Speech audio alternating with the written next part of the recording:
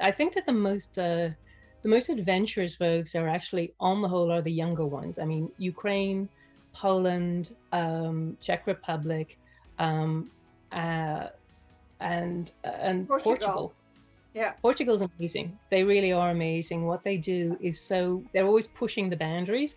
They have a very, very creative, very small, very creative team. The pandemic, obviously, the for for for fashion magazines in particular, they really depend on connection, and they have traditionally depended on international travel. Even if you're not shooting a fashion story on location, very, very often you would be flying a model or flying a photographer or flying a creative team to a studio in a different part of the world. So obviously that's the first thing that went, and that's in the end, that's not a bad thing. That's an important thing. Um, Funnily enough, in January, yes, in January last year, Vogue Italia had already done an issue which was called the no photo shoot issue. And what their whole idea was to produce an entire issue that didn't involve flying anyone anywhere, to highlight the amount of waste and environmental damage and financial damage that big fashion productions cause, which in some ways is a little bit, a lot of fashion photographers felt, well, hang on a minute, that's really biting the hand that feeds you. You wouldn't be here were it not for the fabulous fashion productions that we're doing all over the world. However, leaving that aside, the fact that people were basically confined to their own four walls has been the single biggest thing. But what has ended up happening is it's really fueled a lot of creativity.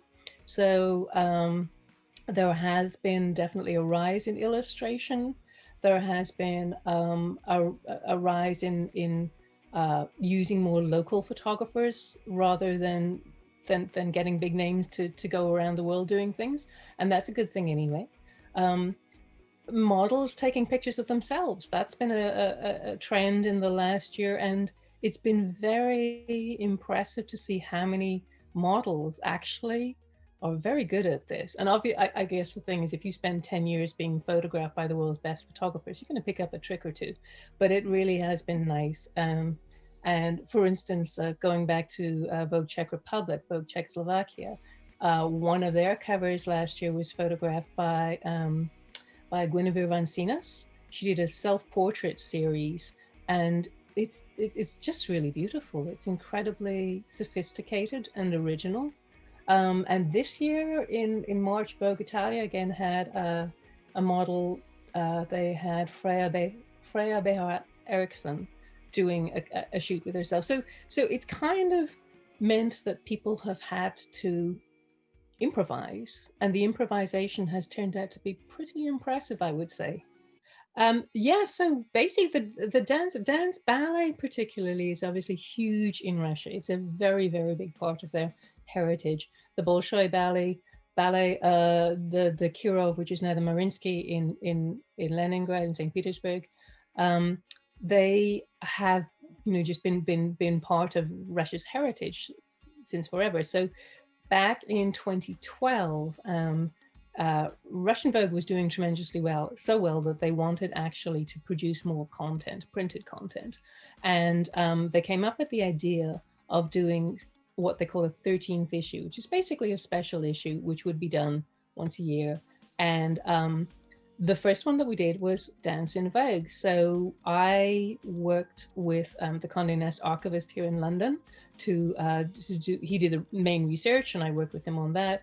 And I did the design and art direction and so on. And we basically used it to trace the history um, of fashion photography and dance photography that had appeared in Vogue, and it was very beautiful. It was a very exciting thing to do.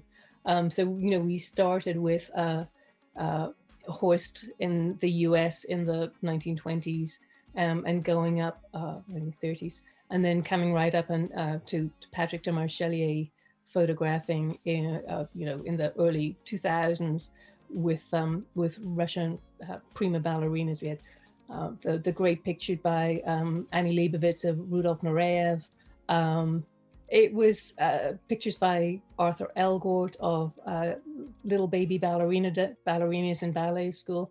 in dance is something that's really inspired an awful lot of fashion photographers simply because of the shape of dancers' bodies and the shapes that dance makes, and um, it's been a big source of inspiration uh, through the years, and I guess it continues. So that was how the Dance in Vogue issue came about. You had mentioned one of the first colored uh, covers for Vogue was of outdoor, was it swimming, I think. When you look back at American Vogue, particularly, it's fascinating uh, how sport has influenced the fashion photography that's appeared in that magazine. And so I was thinking about the first um, color cover of a fashion magazine, first color photograph cover of a Vogue was, I think, in 1942, and it was shot by Edward Steichen, and it's a picture of a model wearing a swimsuit and holding a beach ball. And it's quite fascinating that that was what they chose rather than a model in a ball gown or a model, wearing one of the new season's fashions or anything like that. It's actually a sports image. And then as time goes on, as the years go on, that tradition continued through, particularly in American Vogue.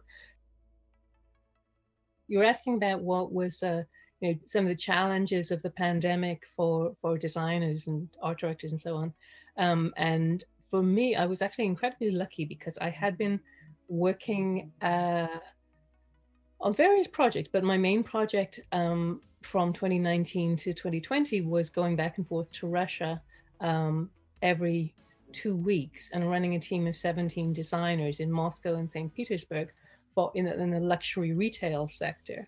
And when that obviously when March happened and when the pandemic hit, that was all over because I couldn't travel at all. However, luckily for me, I'd just been asked if I wanted to art direct a book, and the book was called The Fashion Yearbook, and it was to be a book of photography, um, covering advertising, editorial, and covers in the fashion world throughout 2020. And so the editor is Julia Zirkel. Julia is an old friend of mine. We worked together in Condé Nast, Germany. And picture editor Katja Sonnevend, who's also German.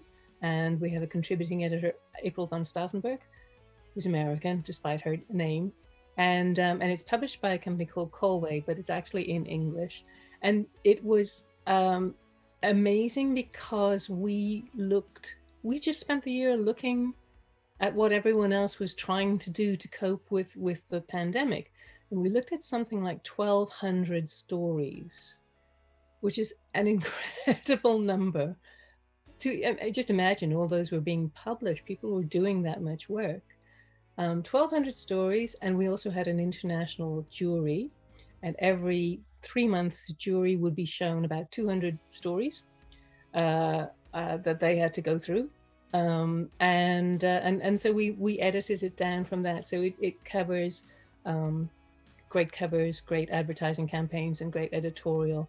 And it's been a fantastic record, I think, of this extraordinary year. Um, the things that kind of stood out included obviously Black Lives Matter. I mean, this is actually something that was reflected in fashion magazines and on covers.